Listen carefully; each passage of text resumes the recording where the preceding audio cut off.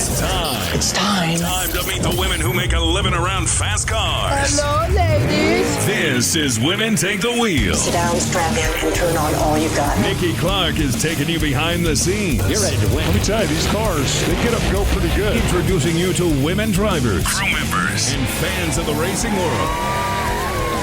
Plus, Nikki is bringing you the latest racing news in Indiana and beyond. We're going to bring it to you from the tower as they get ready to pull into the beams. From the All Indiana Podcast Network. All right, strap yourselves in. Getting off the track and in your ears. This is Women Take the Wheel. Come on, baby. With your host, Here we go. Nikki Clark.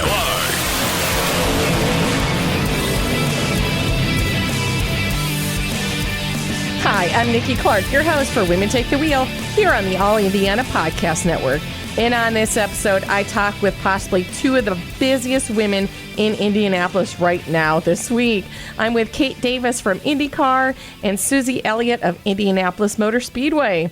Hear what goes into putting on the historic Indy 500 and why this race holds a special place in their hearts. Stay tuned. Your day moves fast. Your news should too.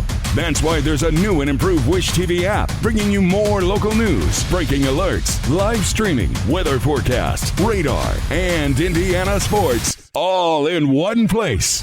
Customize your news feed to see the stories that matter most to you and get the information you need when you need it.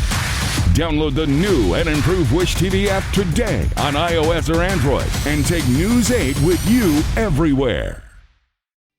Okay, and welcome to my first Zoom Women Take the Wheel here, and I have two people who thank you so much for fitting me into your schedule because they're a little busy this week with the Indy 500, and that would be Kate Davis, and you're the Director of Communications.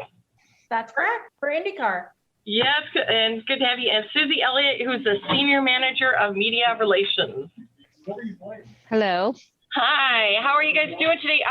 Are you a little busy? Just a little bit, yeah. I mean, Suzi and I have probably been on 4 or 5 calls together already today, constantly IMing and messaging each other and getting it done. That is great. So now, for people who don't know, so you guys, so much going on with Indy 500. When do you start planning for the Indy 500? Is it pretty much the day after? I think so. Absolutely. We could always improve things that we do. So we take a look at maybe what worked, what didn't work, how we can improve our processes or accommodations to our fans or our media members, our partners. And it really does start the day after the Indy 500.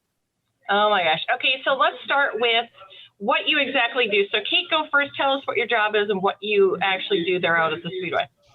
Sure. So I actually work for the series. So I attend every NTT IndyCar Series event, including the Indy 500, and help each one of the promoters have a successful event, whether that means helping them with a media window or helping them on site, really working with each and every promoter to make sure that every IndyCar race is the best one that it can be. We work as a team together, both IMS and IndyCar, as part of Penske Entertainment Corporation. So Suzi sometimes helps me on other races as well, not just the Indy 500. So we have a blast working together and promoting the sport the best way we can. Great. And Suzi, tell us what you do, because I know your name is very common around here and in the news department because you make everything happen for us. Well, I wouldn't say everything. We are a team, but I do work with the local affiliates, especially almost on a daily basis, sometimes twice a day during the month of May. I'm on the phone or sending emails or text messages if events pop up or driver availability, scheduling interviews for our leadership as well as drivers, and also pitching the other stories that maybe aren't as much racing related, but that are tied to the month of May and the Indy 500. Which we always want to hear because, it's not just what's on the track, it's what's going on off the track that we all want to know about. Exactly. Mm-hmm. Exactly.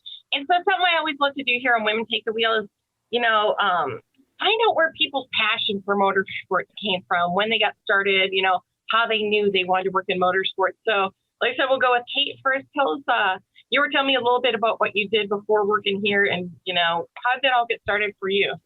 Sure. So mine is family related, and I know Suzi's is too, but My parents met and got married here in Indianapolis. My mom grew up here and went to high school here, and lived off Berwick, right there by the racetrack.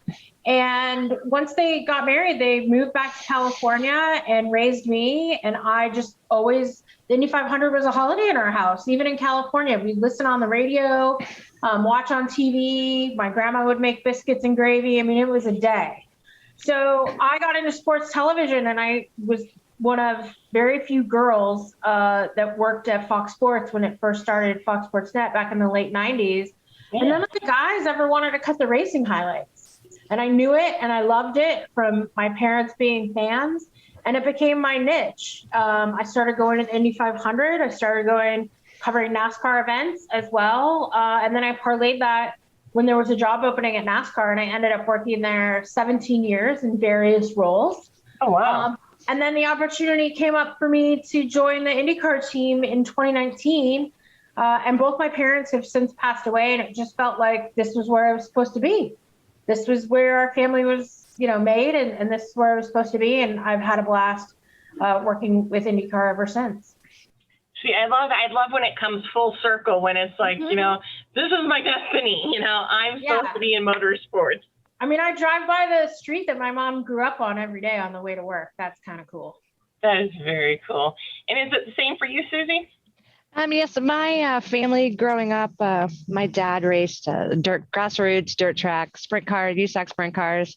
My grandfather had cars, and my dad worked for a crew here in the 70s. So it was always the pinnacle in our family as well. And it was a day, growing up when it was race weekend, if we weren't racing at a local track somewhere, we would drive to my grandparents in Cincinnati because of the blackout in the window.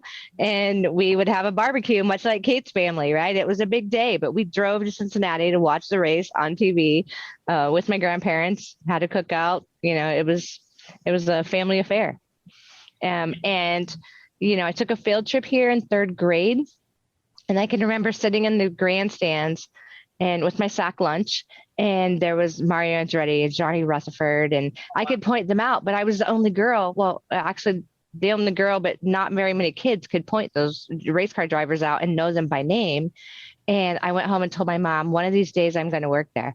And I've been here now for 16 years. Oh, I love it. See, you knew when you were a kid, you're like, I'm the same way. I grew up in a racing family. Like I said, I was telling you guys, my cars just go straight as opposed to, in circles. I love that you knew that early. So, for other girls who are wanting to get into sports and you want to get into roles like you do, where did you begin? Like, what path did you take to get where you're at today? Like, is there certain schooling or classes or anything that you would suggest them to take, Kate? So I actually went to school with the intent that I was going to be like a news producer, much like yourself. Meet the Press was my goal. I really wanted to produce that show. And then once I got into college, I didn't like the school I was attending. And I transferred, and I had a professor tell me, learn how to write. You can do anything you want to do in PR or journalism or marketing if you know how to write. So I ended up with an English degree, learning how to write. And then instead of going into news, it was the time that I was in college and where I was living. I was in Los Angeles. It was during the OJ trial. And I thought, well, I like sports. I know a lot about sports. I have a cousin that's a basketball coach and was a basketball coach in the NCAA for women's basketball. My cousin played semi-pro baseball. My brother used to work for the Los Angeles Kings back in the Gretzky days. Oh, wow. That's cool. Yeah, so I thought, well, shoot, I know about sports. Maybe I'll do sports television. So that's kind of how I worked my way in. But I would encourage anybody to learn how to write, because then I think your doors are a little more open, whether you want to work in social media or marketing or public relations or even in journalism. Yeah, that is very good. It's because it's not just about, just the video, the pictures. It's you got to do everything from the ground up. That's so amazing. Yep. And how about for you, Suze? What advice do you have for girls? I would say that no matter what your goal is, because motorsports is, there are several types of jobs that you can look at. There are hospitality jobs, there are medical jobs, there are engineering. Don't focus on one, like I can't be a race car driver, so I can't be in this sport. That's not true.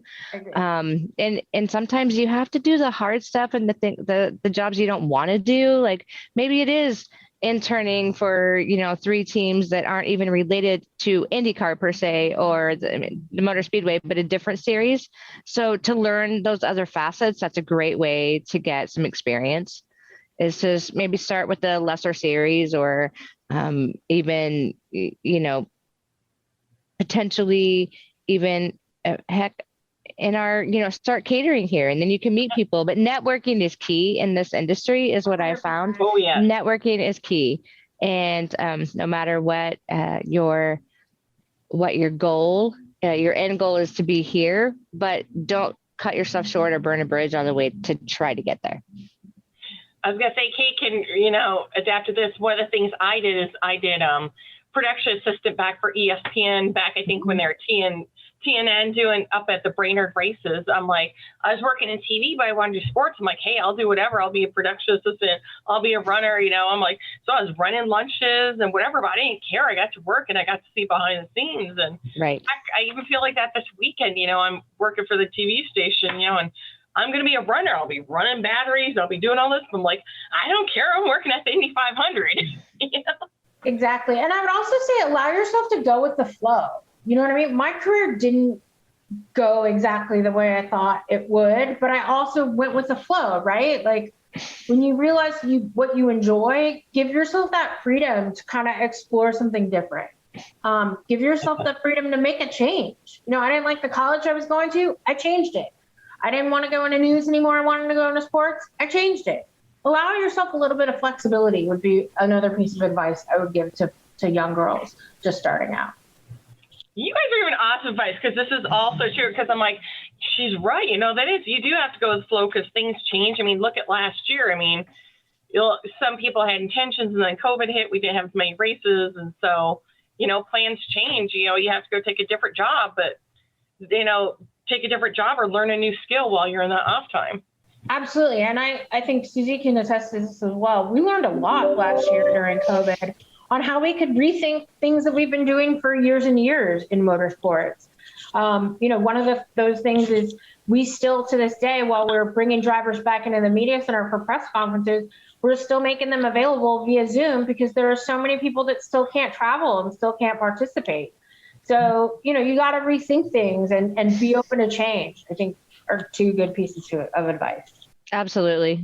Last year during COVID, I agree with Kate. We looked at things differently, but I think some things were for the better, right? And you learn new skills. Like I learned new skills. I learned how to upload video and, Zoom. We all learned Zoom, right? So there's Teams and Zoom and Skype calls, and we all got nimble and just had to think outside the box a little bit.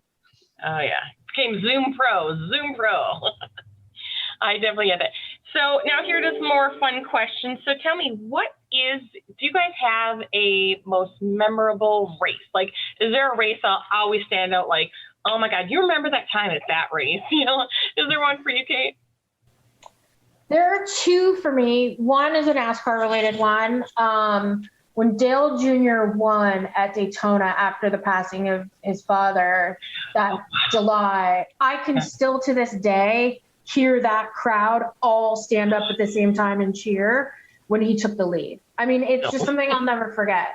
But my best memory in racing was coming to the 100th running of the Indy 500 with my dad. I was still working at NASCAR, but I knew a lot of people over here. We had the hookup, we had the awesome passes and great credentials and great tickets. And it was just a really fun memory for me to just be a fan with my dad at the 100th running. And he had a blast. That is so cool. How about for you, Suzi? What's your most memorable race you'll never forget? I would say 2011, because it was the 100th anniversary. And we were really focused on trying to find some of the veteran drivers, right? And that had competed here previously. And I took a personal mission to try to find some of those guys. And we did a photo, and I don't know if you've seen that photo, but it's in the plaza we had over 100 former starters of the 500. Wow. And I remember Andy Hillenberg from Indiana Andy. There were two, but Indiana Andy Hillenberg pulled out, thanked me, walked up and pulled a piece of paper out of his pocket, and he was carrying the actual letter that we sent him. And he was so impressed and so honored to be invited back that he just thought it was so cool. And the letter was just, he could tell he had carried it for a while. And that was a personal project that I took great passion in. And then 2016, because not only was it historical, there were so many ancillary events that happened. And I really feel like as a community, I mean, even growing up here, the parade was a big deal always, right? The 500 Festival Princesses and the mayor's breakfast back in the day when it was downtown. But I feel like as a whole, the city of Indianapolis came together as a community for the 100th in 2016. Mm-hmm. And then to see Dan win that just was icing on the cake. And it was a special month. Oh my gosh. 2016 was actually my first year ever coming to Indiana. It was my first one in Indiana. And I just remember, like, from somebody who doesn't live in Indiana, and lots of my listeners don't, I always just thought, like, oh, Indy 500 is just like a race like my NHRA races in August. And I slowly learned that is not the case. No. I'm like, once I learned about the month of May, I'm just like, this place is incredible. I mean, it blew me away. And my friend, when Rossi won, I have a really good friend who was on his team at the time. And I'm just like, if your guy gets top 10, I'll get you a bottle of, like, Maker's Mark. And then he won. And I'm like, oh my God. So it's funny you mentioned that, because I can't wait to see Jimmy Johnson's reaction to the 500 this week, because he's been for, I think, Carb Day, but he's never been to the 500. And even when I was in NASCAR, the Daytona 500 is a cool thing and an awesome race, but it's not the Indy 500. No, I'm learning that. And I'm really excited to see Jimmy's reaction. I actually stood a couple years ago with why can I not think of her name right now? Krista Voda? Yes, Krista Voda. I don't know why I brain farted on that. So Krista and I have known each other a long time, and she had never been to a 500 either. And I, that morning, strangely enough, did not have a ton on my plate. So I just stood out and watched the pre-race with her, and to see in her eyes how different it was and stand, in a canyon of people, she was like, whoa, you're right. This is not the Daytona 500. No, and then all the events that surround it too. I mean, and the whole month of May thing, I'm just like, oh, it's not just the Indy 500. I've had to explain to my friends, it's the entire month. So I'm like, you guys have something going on every weekend. I mean, people, and it's the fans, I just love, like, I drive past the track every day going home. And even if they're just out practicing, it's not even open practice, like nobody's allowed in. People are out there with their lawn chairs, sitting in the parking lot outside, just to hear the roar of the engines, and just like you have that screen they can kind of see. And just the fans just blow me away for the Indy 500. It's just so cool.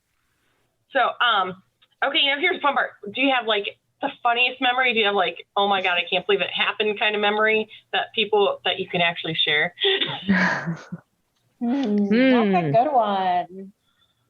Because I know I had a couple of people like Susan Wade, and then like a couple other people, Nancy from over at Hinchman, who shared some, like, keep it clean. I'm trying to think of a good funny memory. I will tell you though, we are prone to a morning dance party. Yeah, that's in true. The offices. I didn't know if we were allowed to talk about that, Kate. It's out of the bag now. But every now and then, it's not a bed of roses sometimes doing what Susie and I do. We work a lot of hours and long days, and we love it, and that's why we do it. But sometimes you just need to bust out and have a morning dance party with your buddies in the office and get that energy out. We did have a meeting today with all of the PR people in the paddock, and I did a funny poll because, we're all plugging through the month of May. And I said, who's excited for the 105th running of the Indy 500? And I made the poll answers, heck yeah, wake me when it's over, and ask me on Monday. And overwhelmingly, the answer was, heck yeah. Yes. So, we love what we do. We work hard, but we also try to have a lot of fun, and we have morning dance parties. That's right, we do. And I was going to say, so I assume this week you're working some pretty long hours. Do you live at the track this week? Well, it's not just this week. I think it's the entire month of May, really. People don't realize all the planning and prepping and credentialing and making sure the facility is ready. So the media center in our case, and ready for our customers who are you, the media. It's a lot of work, and we have a great team that's putting that together. But this week, it's busy for sure. Yeah, definitely. And from my perspective too, we had 3 travel weekends before we got to May. So we had a season opener in Barber. Then we went straight to St. Pete, and then we went to Texas for a doubleheader. That's right. So after that, we were tired. And thankfully we had a nice little weekend off in between that. But, the planning for the 500 started, like Suzi said, the day after the last one, which, it was a shorter window this year with moving the race to August in 2020. So that's right. Yeah, it's been a marathon, not a sprint. And you have to kind of pace yourself sometimes. And, Suzi and I are good about making sure the other one has some self-care time and takes a minute. And we, sometimes we have to leave the media center just to go watch cars go around. Right? Like sometimes we forget, that there's stuff happening outside our window of the media center. So we are good about encouraging each other to get up and move around and go watch race cars for 5 or 10 minutes. Or go people watch. That's a favorite of mine. Is just to go to the plaza. And I love the cars. Don't get me wrong. And we do that. But sometimes it's fun just to go sit out in the plaza by yourself for a few minutes and people watch the new IMS big board that Mr. Penske put in last year, which is amazing. And I'm so excited that fans get to see it this month. So it's just fun. Just take a minute to yourself and go. Oh yeah, I'm with you on the people watching. I've been to a carb day. And and just the people there, I'm like, oh my Lord. We have something in NHRA called the Zoo up in Brainerd, which is pretty darn close. It's a close competition, but very creative outfits, the early, drinking. That is the right. So I'll leave you with then too. Where can we follow you guys? Like, what are the main places where we can follow you both, either personally or the track or the series that you want people to know about to follow? Yeah, for sure. People should follow IndyCar and the NTT IndyCar series on Twitter, Facebook, Instagram. Our Instagram is pretty awesome, both for IMS and for IndyCar. So yeah, at IndyCar or at Indianapolis Motor Speedway, or is it, Suzi, is it at IMS? On Twitter, it's at IMS. At Indianapolis Motor Speedway for Instagram and Facebook. Yep. And TikTok is, we just started to, relatively new to the TikTok world. And then one other thing to leave with, and I asked this kind of earlier, when will you sleep after this week? Do you get a decompressed day where you're just like, phone's off the hook, I'm in bed, don't anybody talk to me ever? Let's look at the calendar and see. Yeah, that's it. Those days don't ever really exist for us. We try.